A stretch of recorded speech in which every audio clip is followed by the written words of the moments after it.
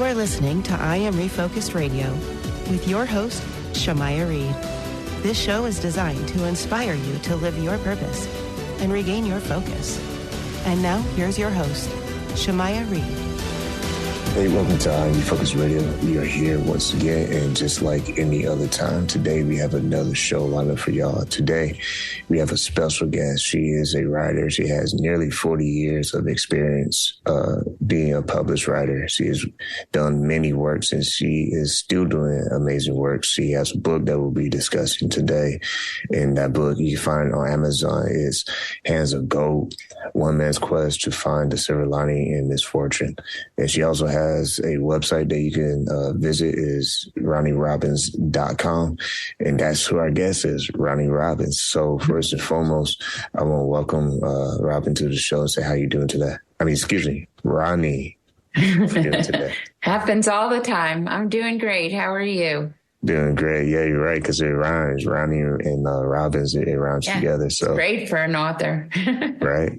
But when it comes to your experience being a writer, you have a very long list on your resume, from being a staff reporter for daily and weekly newspapers, a freelance journalist for national, regional, and online publications.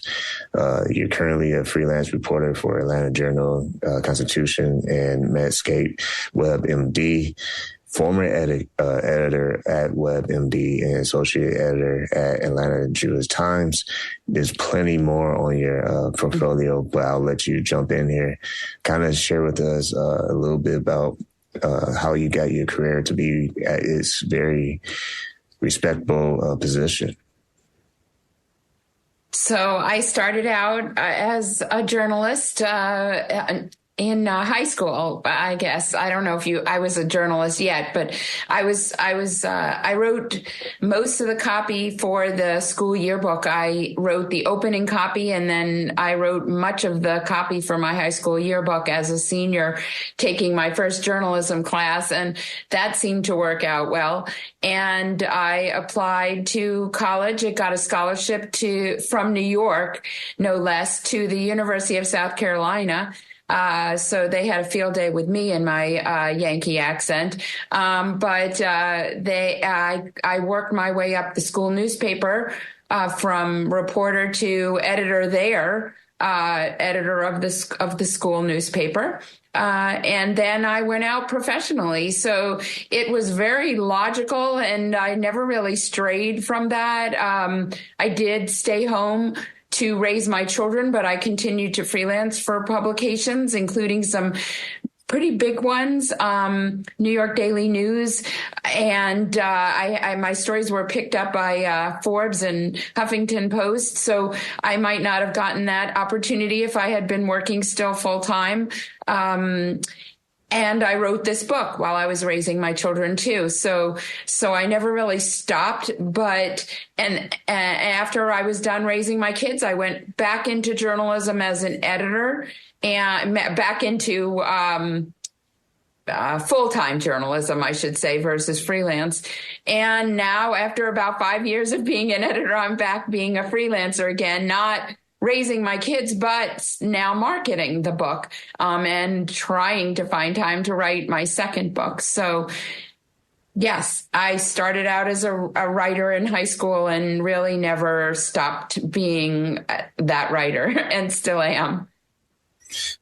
When you think about how you had to transition between roles throughout your career, from reporter to editor to freelancer, that can be challenging to some. And to your point, you started in high school, so you had a very solid foundation. So what was it like, though, being able to handle those different roles and understand the different responsibilities of those roles?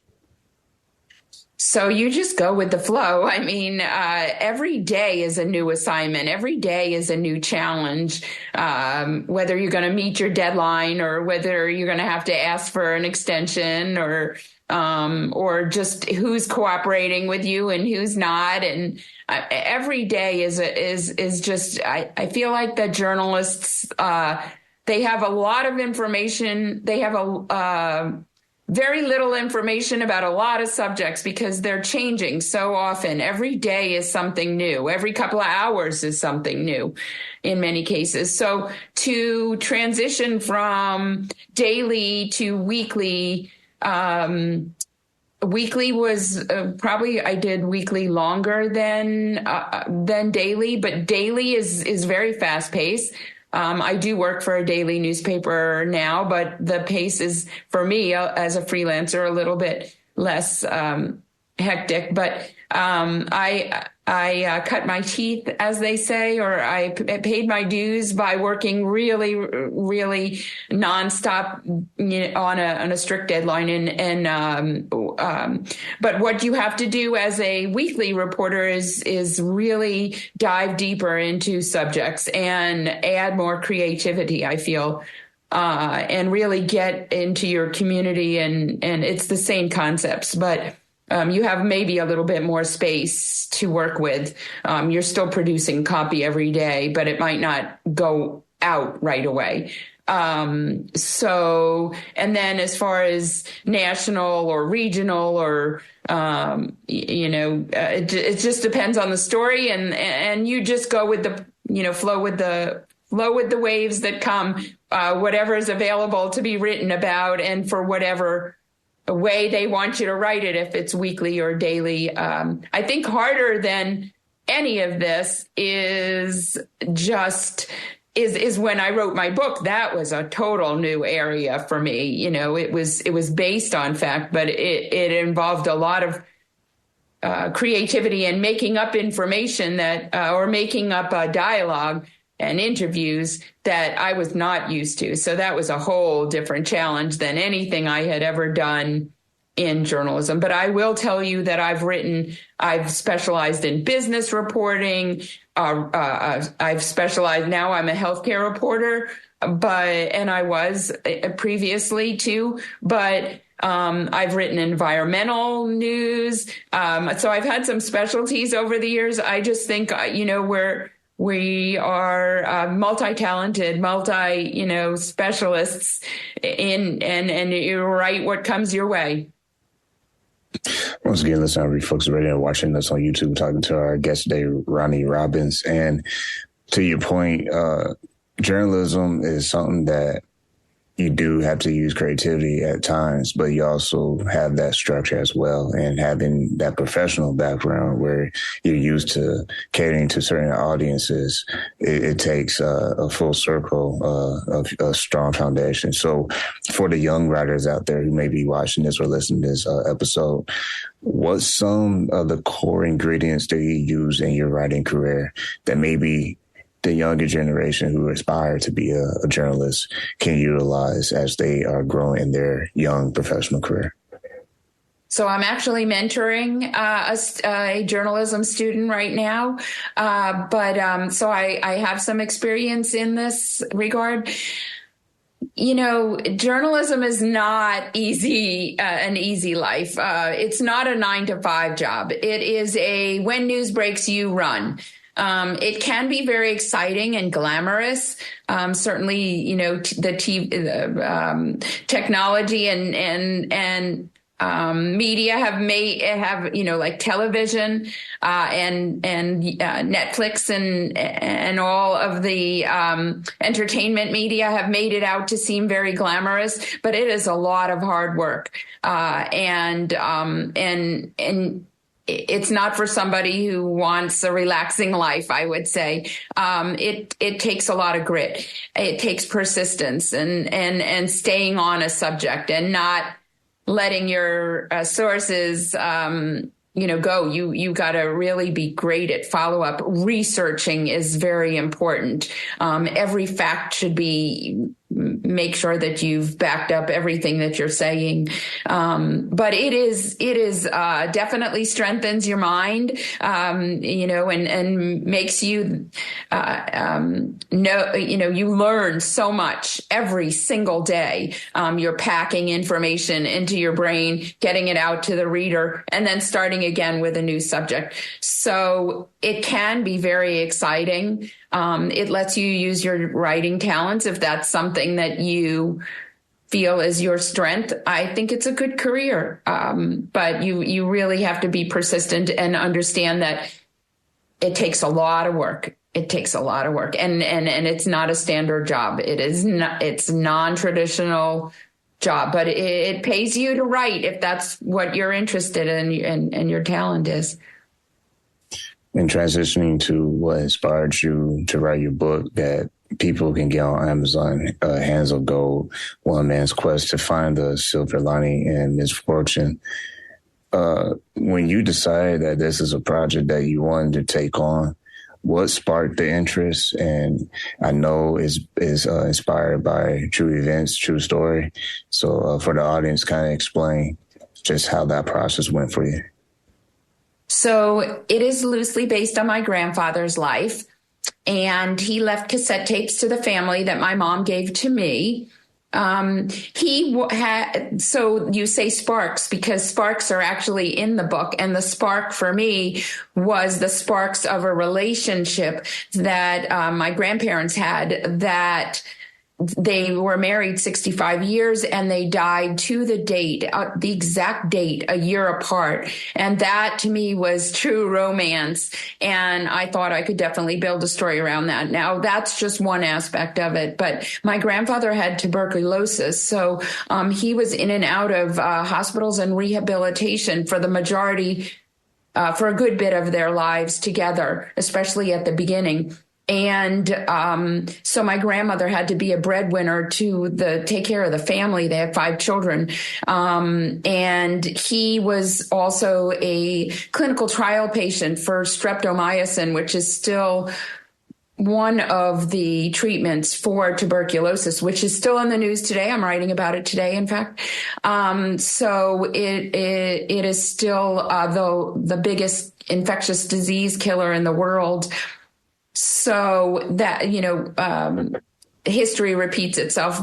But my grandmother was the breadwinner at a time when women were not breadwinners. And he was saving lives in that way because he was a clinical trial patient for this experimental treatment that saved his lives and now countless others in the future.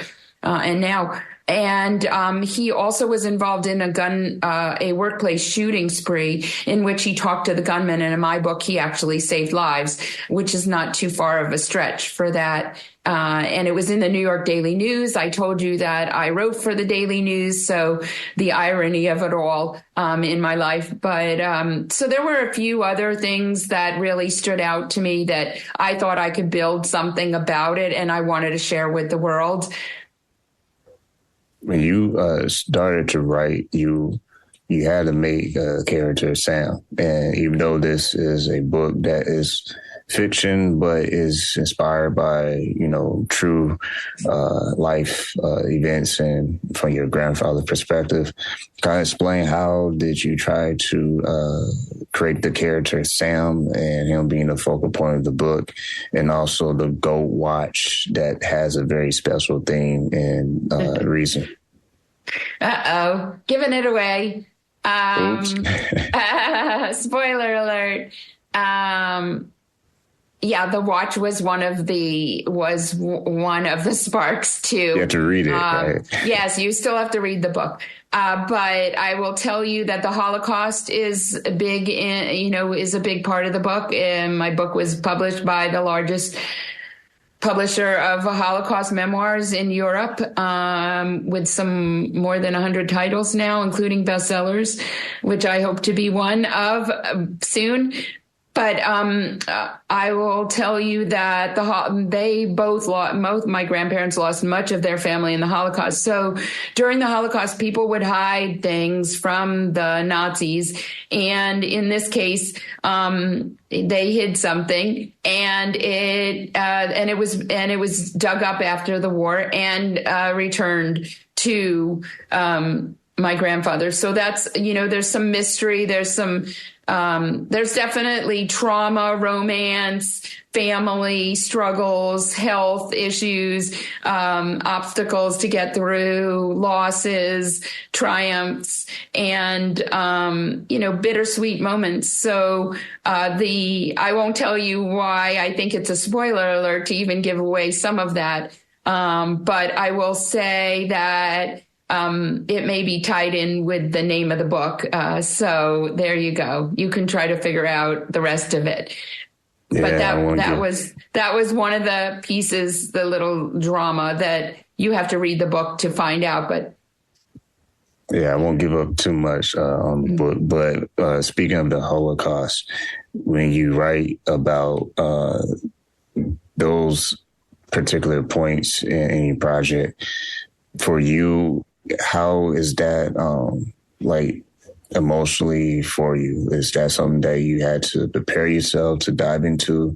Because in a lot of cases, topics like that can be taxing for someone to kind of go in and peel back layers of information and research. And for you personally, how was that process like for you trying to go back and think about that? Well, I don't want to say I separate myself from the information, but even when I write stories about people who've lost, when I write articles, I tend not to try to get emotional about it. Now, you might say, well, that's fine because that's not your family. This is your family. I still think it's pretty distant from me that I never met these people. Obviously, the Holocaust is important in my life, has always been. That was my genre of choice. I don't know. I've always been fascinated by the Holocaust stories. My grandparents never told us much. They kept that from us. So it was interesting to learn this information and know that so much of my family had perished in the Holocaust. But there were some triumphs. I tried to focus on the triumphs versus the losses. There is some definite guilt in the book expressed by the main character. What's it like to lose your whole family and know that you could have done more, or there, but for the grace of God, go I, because he left, before it all happened. And so there's that. But as the characters also, went through their own tragedies, and my grandparents died, and that's in the book, and that's powerful too. So I knew if I was writing this and felt the emotions, that my audience, my readers, would also feel the emotions, and that is actually what I was going for. So to say, did I get emotional? I try to, divorce myself from the emotion and take that out of it as a journalist. So I've already gotten to that point. But if I read it and it made me cry, I knew that I had done a good job of creating the scene for it. And I do get from readers that they were a sobbing mess at the end. But I think that makes for good. I think when I watch a movie and I'm sobbing at the end, I feel like that I've connected with the whole story in that way. And I was looking for that. I want to make them laugh too. There's some funny moments in the book, despite the heaviness of the subject matter. And like I said, history repeats itself. So the Holocaust we still have so much anti-Semitism in the world. We have what's going on in Israel, which was also anti-Semitism and hatred of Jewish people and the state of Israel, or Jewish people who established Israel. Hatred is not just Jewish. It's anyone who's different. So we still have these issues in the news that were going on then, and they're still going on now, unfortunately. When you look at the response of the novel, it's received several awards, I should say, and looking at how it's been able to impact the whole reading culture, if you will, because there's a big fan base out there of readers, and it's almost like a sea of just opportunity because it's hard to reach all of them. So that's when the marketing comes in play. But for you to see how so far it's been able to touch readers in a way where not only have they responded, but you also have many prestigious platforms that have recognized your work as well on this book. One, how do you feel about that? And two, like, what makes you say, wow, like, I'm on the right path here with this authorship? Well, considering it took me some 20 years from start to finish, from writing the book and getting, some awards earlier on to actually finding a professional publisher, your words are music to my ears, you summing it up that way. Yes, I'm not quite the person to say rest on my laurels of what I've done. I'm very type A and perfectionist. And yes, I love hearing that people, enjoyed the book after all the sweat and tears that I put into it. And I love that I won awards. It's justification for the efforts that I put in. Of course, the readers saying that they enjoyed the book, is just beautiful to me. It really is a fulfilling feeling to know that I worked so hard on something, and there was this outcome. I'm hoping that I get more hands of gold in golden hands and more people that it catches on like wildfire, that it becomes a bestseller. But it's one step at a time. And, the podcast is a new avenue for me. So I appreciate you allowing me to be on the show for this purpose. And it really hasn't taken off. So I'm looking for it to. The awards are great. The positive reviews are great. I'm trying to get to the next level with all of that. But yes, I am proud of what I did and continue to be proud of it. Once again, you're listening and watching on Refocus Radio and talking to our guest, Roni Robbins. You can get the book that we've been discussing, Hands of Gold, One Man's Quest to Find the Silver Lining in Misfortune.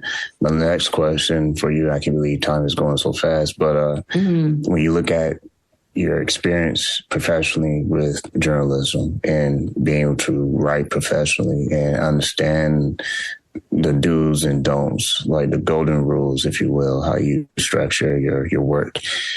Was there any influence from that professional background that you believe has contributed towards the success of the book as well?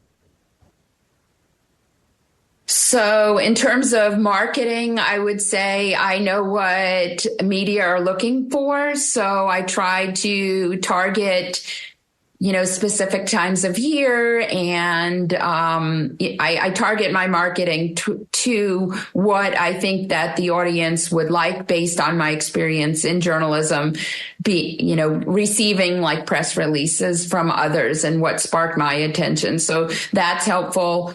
My background in research is invaluable for this. I can't stress that enough, how much you have to back up what you're saying and make sure. I didn't want to leave anything where the reader would go, you know what, that didn't really happen. I really needed to back up everything with research, and before putting it out there for fear of that reaction. So there are a lot of skills that I have as a journalist that from, like I said, just being able to know how people talk to each other, I think is helpful. Now I had to make up dialogue, which was new for me, but I know what it takes to get a reader's attention, keep a reader's attention, and leave them with something at the end where they're thinking about this and how it resonates with their own personal life. So I guess it's harder to keep that going from in an 80,000 words, story to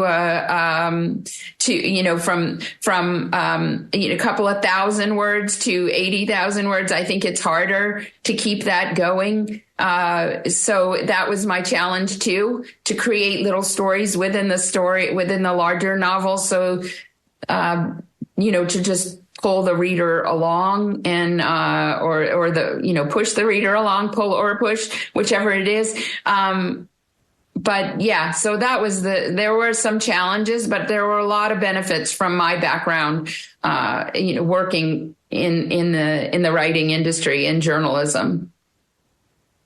Last question for you is, when people who are new to this book and they go out and check it out, hopefully after today's episode, what do you hope readers will, one, appreciate with the research you did to pull this off, and also just the creative style approach that you put into the book for them to take away? The go watch, I'll leave it at that. They can read the whole book to get that full circle. But just in a nutshell, just what you hope that readers can appreciate just from the project that you put together. So I would say the comparison with my own life to the book, to the characters in the book, the main character, Sam, would be persistence and determination really pay off for me, sticking with this project for all those years and finally getting to the finish line. For my grandfather, it was just to get to live his life. He was told he was terminal at 26 and lived till 86. He didn't let people tell him, that what his future was going to be. He made it happen for himself. He had some luck, but he was persistent and he was determined to raise his family in America with more freedoms than he experienced in Europe. And he never gave up despite obstacles, despite these health challenges and financial difficulties and losing all his family most of his family in the Holocaust. He didn't let any of that stop him. His goal was to make sure that his family had strong values and a strong faith, a religion, Judaism, and that they lived a better life than he had lived in Europe with more freedoms. And just that the family would stay together. I think we can learn a lot about that. It's a simple life. He didn't have like a major career, and I feel like that's my focus. But the same concept of never giving up and when you're given a death sentence, okay, now I gotta, this is how I'm going to work my way out of it, or this is what I'm going to do with the rest of my life. So I think we in today's, we shy away from what's difficult, and go the easy path a lot. And, but there's something to be said for those that are survivors and persistent, determined to get to their goal, whatever that might be. So I hope that I also transport them to a different time and place for a little respite, and that they walk away inspired to make the most of their own lives. And that's probably a pretty good goal for the book. Once again, been listening and watching us. I'm Focus Radio, talking to our guest today, Roni Robbins. You can go to Amazon and get the book, Hands of Gold, One Man's Quest to Find the Silver Lining in Misfortune. You also can be found online. People are interested in following you and seeing you for future updates. What's the best way they can be connected to you? So my website has more than you would ever want to know about me, my career, the background of the book, and where I'll be next and what media appearances I've had. When I say media, I mean whether it's podcast or I've been written about in different newspapers, Jerusalem Post. The book is in the Holocaust Museum in Washington, D.C.'s gift shop.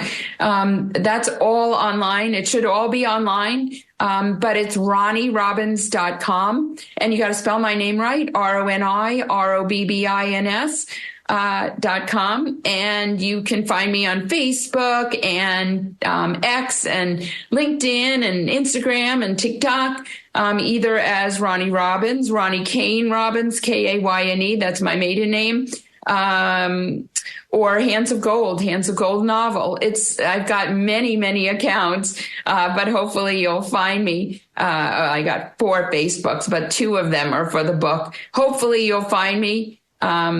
And reach out to me, write reviews if you read the book, and, you can find my email there too. So I love to hear from readers, and it helps to, pass the word along, and also to, get the Hands of Gold in more golden hands, and speak to different groups, book clubs, whether online or in person. So I hope that people will make use of all that. I don't charge, so not yet. So I can be I can lead your book clubs. Well, once again, go get Roni's book on Amazon, Hands of Gold, One Man's Quest to Find the Silver Lining in Misfortune. And on that note, like we always say, I want to say thank you, Roni, for your time. Thank you so much. You too.